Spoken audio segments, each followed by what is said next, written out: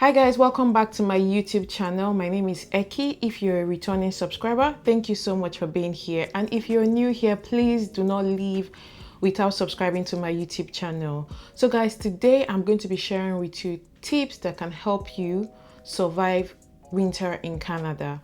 I'm also going to be sharing with you essential items that you need to have to stay warm during the winter season. So guys, if this is something that you're interested in, then keep watching this video.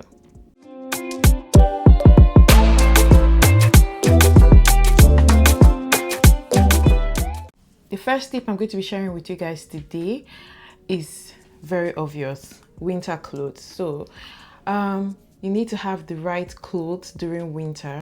There are no bad weather, guys. There's just bad clothes. During winter, you need to dress properly. Let's start with winter coats. You need to have a very good quality winter coat or jacket. Sometimes winter coat or jacket can be pricey, but I really believe that it is a good investment if you buy a very good brand of winter coat or jacket, as this will help you to stay warm and you can use it for so many years. I also want to talk about layering. Basically, you need to layer your clothes. What this means is that you need to wear 2 or 3 items or clothes inside your body before you put on your jacket.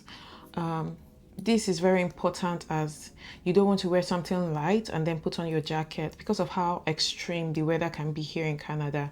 Layering is something that is very important. You need to wear sweaters, wear something like a thermal wear inside your body, sweaters, and then finally you put on your outer clothes, which is your winter jacket or your coat. A very important tip to help you stay warm during winter is to keep your extremities covered. What do I mean by extremities? Your extremities are your head, your hands, your legs, and even your neck. These are common entry points for cold to easily get into your body, so you want to make sure that they are fully covered, because it doesn't really matter if you're wearing the best brand of winter jacket or coat. If those areas of your body are not fully covered, you will still get cold. So let's start with your head. With your head, you need to get a very good quality winter hat. Some hats come with like neck cover as well. You need to get something that would really cover your head very well. You need to get gloves, hand gloves for your hands. You need to keep your feet warm by wearing good quality boots. Wear good quality boots, and also thick socks, not the regular socks that you wear during summer. You need to get something really thick that you could wear, because you're stepping on the floor. It's very easy for cold to pass through your boots and get into your leg. So you want to ensure that you're getting a very good quality boot. Other clothing items that you need during winter to stay warm are like thermal wear. I would recommend you get like thermal wear or leggings that are very thick, that has wool inside of it. That will keep you really warm. You could also get scarf to put around your neck. A lot of mistake that new immigrants make when they move to Canada is not dressing properly for the weather. And that can make you sick. If you don't dress properly, you go out, you're going to get cold, and it can make you sick. The weather here is really harsh. You need to dress properly. The second point I'm going to be sharing with you is that you need to get a weather app on your phone. This is so important, guys. Like, if you do not take anything from this video, make sure to take note of this point. There are different types of weather app. I personally use the weather app that comes with my iPhone. I always recommend that you check your weather app every day. In fact, that's one of the apps that I check the most on my phone. I check it every morning before I do anything. I make sure to check the app. The weather app will show you what the weather will be in that day and even the next couple of days, so you could plan. It is very important to check the weather app daily, because it will help you to know what to wear. It will help you to know if you should even go out or not, because sometimes the weather can be so extreme. If there's going to be a snowstorm, if there's going to be freezing rain, whatever, the app is going to show you, and that will help you to plan your movement. If the weather is extreme, for example, let's say the weather app shows you that there's going to be a snowstorm, obviously that's not the best time to go out, because you can be stuck in the snowstorm, and that could be very dangerous for you, your family, your health, and everything. That's why I always advise that you stock up on the essential items you need during winter period, because you don't know when there's going to be a snowstorm. You just want to be prepared. And that brings me to my next point, which is bulk buying. Stocking up on the essential items that you need for you and your family during the winter season is very essential. It is very important. You want to reduce the number of trips you make to the grocery shop, and also the time you spend on the road. So you need to stock up on the essential items you need for you and your family. If you have like babies, infant, toddlers, you want to ensure that you get their baby food or all their diapers, the essential things that they need. Even yourself, stocking up on the essential is very important. Imagine if there's a snowstorm and you're short on food and you have kids. Imagine what that could do to your family. So just make sure that you stock up on all the essential items that you need during winter. Most especially because you want to reduce the number of times you spend going out, driving on the road. Driving during winter, you are at risk all the time. You can be driving very carefully, but someone else will just come, skid off their lane, and then hit your vehicle. You want to prevent all of these things. Ensuring that you have a winter home emergency kit. I cannot overemphasize the importance of having a winter home emergency kit. The winter in Canada, like I mentioned, can be very harsh. It can come with different things: snowstorm, freezing rain, just different things. And sometimes when there's a snowstorm, the power supply can be cut off. Like, people could go hours, 7-6 hours without having electricity, and that can be very bad. So what I want to explain is that here in Canada, power supply in most cases controls your gas cooker. It controls, of course, the socket in your house, the heating. So if there is no electricity, if the power supply is cut off, you basically cannot do anything. Sometimes you don't even have internet. If your Wi-Fi is connected to the power supply, you can be cut off, so like you're just cut off. You can't cook, you can't use the microwave. I remember a few years back, there was a serious snowstorm here in Ontario, and some neighborhood were cut off from power supply for about 9 hours. We were also cut off from power supply, but it was just for like 2 hours, which thankfully after 2 hours the power supply came back on. But that situation really taught me that I needed to get like an emergency kit at home. Imagine if you had like a baby that needed to use hot water for something. And guys, remember that during winter the weather is always very cool. So if you're cut off from power supply, you won't have heating, the house will start to get cold. You can't boil water to drink, because again, your gas cooker, your electric appliances are all connected to the power supply. And even in some cases, when power supply goes off, the water also goes off. So it can be really, really bad. So bad. So it is very important that you have a winter emergency kit. So basically, what do you need to include in your emergency kit? This can vary depending on your family. What it is that is essential for you. But you definitely want to include things that, if for example there's no power supply due to snowstorm, the things that that can sustain you for that period of time. In your emergency kit, you want to ensure that you have food, preferably food that does not require you to cook with electricity. So things like biscuits, chips, snacks. You also want to make sure that you have clean water, drinkable water. So maybe bottled water, because like I mentioned earlier, Sometimes when there's no power supply, the water supply can also be cut off. So you want to ensure you have bottled water in your emergency kit.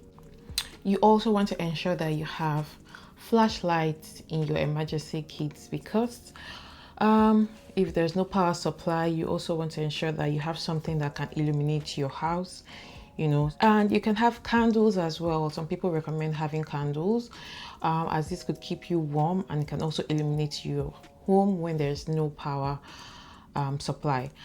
But then if you're using candles, you want to make sure that you're very careful, extra careful, so it doesn't cause a fire hazard or something. Another important thing to have in your emergency kit are warm blankets, extra blankets. So yes, obviously you have blankets in your home and you use this blanket during winter, but when there's no power supply, that means the heating is cut off. So that means the house will get colder than usual. So if you usually would use one blanket at home when the heating is on, when there's no heating, you probably will need 2 or 3 blankets just because the house will get colder. So you want to make sure you have extra blankets in your emergency kit. And you also want to ensure you have a first aid kit. This is not just only during winter season. It is recommended that everyone has a first aid kit in their home. So you should have this as well in your emergency winter kit. So let's talk about transportation. And I'll start with getting your car ready for winter. So if you drive in Canada, you want to ensure that your car is ready to withstand all of the cold and harsh conditions that come with winter. So making sure that your car is running properly, do your checks, check your oil, check everything that you need to check for your car to ensure that it's working properly for winter. You also need to have like winter tires. People always recommend you get winter tires because they are safer. I think they are made to drive properly during winter. So during winter, people usually change their tires for winter tires and then they take it out when the season is over. You need to have an emergency kit, a winter emergency kit in your vehicle during winter period. This is very important because you don't know when your car is going to develop a fault and you're stuck in the snow, in the cold. It can be very dangerous. You want to ensure that you have things that can keep you warm in your vehicle if, for example, your car goes off. Once your car goes off, the heating goes off, you're stuck in the snow. It's very easy for you to start getting cold. It can affect your health. People even die from things like this. So this is very important. You can be driving very carefully on the road and another vehicle will just kid and then push your vehicle off the road and your vehicle can just get into a ditch. So like these things happen. So you need to be prepared. You need to have an emergency kit as well, a winter emergency kit in your vehicle. You also need to have the essentials like food, snacks, water. You want to ensure that your water is being stored in a container or bottle that will not explode when it freezes. You also want to ensure you have something that you can use to take out snow from your vehicle. You want to have like snow brush, frost scraper. You need all of these items to take out snow from your windshield, from your windows. You can just go to work. Maybe when you left the house, it wasn't snowing. You get to work and you're inside, you drive your car, you come out and you see that your vehicle is all covered in snow. You need to be able to take out the snow from your windshield, from your windows, and to enable you see the road and drive back home. You also want to ensure that you have shovel. This is very important because you can be parked somewhere and then it snows. There can be snow all over your car, around your car. You need to be able to use your shovel to take out the snow from around the car to enable you drive to where you're going to. Some people also have a special salt that they use to melt snow from around their vehicles to enable them drive out. Another important thing you need to have in your emergency kit for your vehicle is scissors. I know that you might be wondering that why do I need a scissors in my emergency kit? Yes guys, you need a scissors. You need something sharp, something that you can use to cut off your seat belt if, for example, your vehicle like skid off the road or you have an accident and you need to quickly get out of the car. So you need something like scissors to be able to cut off the seat belt to get off your car. And I also recommend you having a whistle in your vehicle as well.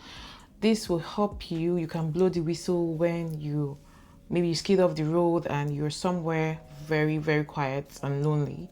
You can quickly get help by blowing the whistle as you draw attention to yourself and people can come and help you. You also want to consider having jumper cables and tow ropes in your vehicle, as you don't know when your car can go off the road or when you will need this. During winter, people usually have battery issues, so you want to have jumper cables and also tow ropes. I also recommend you having extra blankets and flashlights in your emergency kit. You know, your car can go off anytime, and once your car goes off, your heating goes off. You can be in that position, stuck inside the cold for a long period of time. So having extra blankets and flashlight can really help. Flashlight because during winter, we have reduced hours of sunlight. So it could be like 4 p.m., 5 p.m., you're driving home. Everywhere is just dark. And that's just because it is winter, so we have reduced hours of sunlight. So you need to have flashlights, something that can help you. I know you have flashlight on your phone, but your phone battery can go off. You need to have something else, on your phone to help you. This is not to scare you. I just want everyone to be prepared. Information is power. Once you know, you're able to take advantage of the knowledge you have and then prevent any accidents from happening. So let's talk about winter driving. Driving in winter requires special skills. I think that it also requires a lot of patience. Like things are just happening. It's cold. It can take a longer time for your accelerator to respond or your brake to respond. You can be stepping on your accelerator or your brake and it's not responding just because maybe the brake is cold. The cold weather just affects the car in so many ways. So you want to be very prepared mentally and otherwise as regards driving during winter. During winter, you have to drive slowly. You have to be very careful while you're driving. It's not the time to start pressing your phone, texting people or making phone calls. You want to pay so much attention to the road, because sometimes during winter, especially when it just snows, the visibility on the road can be very low, like everywhere can be foggy. So you want to ensure that you're paying attention while you're driving. You also want to leave like more space between your vehicle and the vehicle in front of you, just because vehicles can skid off the road. The road is slippery because it has snowed, there's the water, the ground is wet.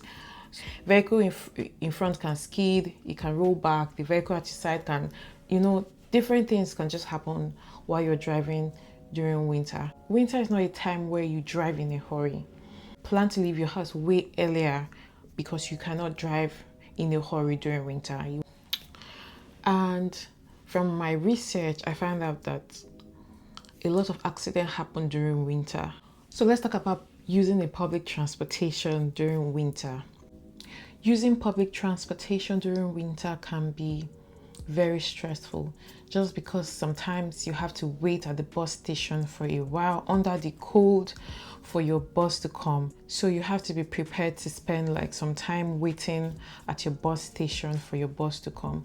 But I'm going to share 2 tips that can help you, preventing you from standing under the cold for so long waiting for your public transport to come.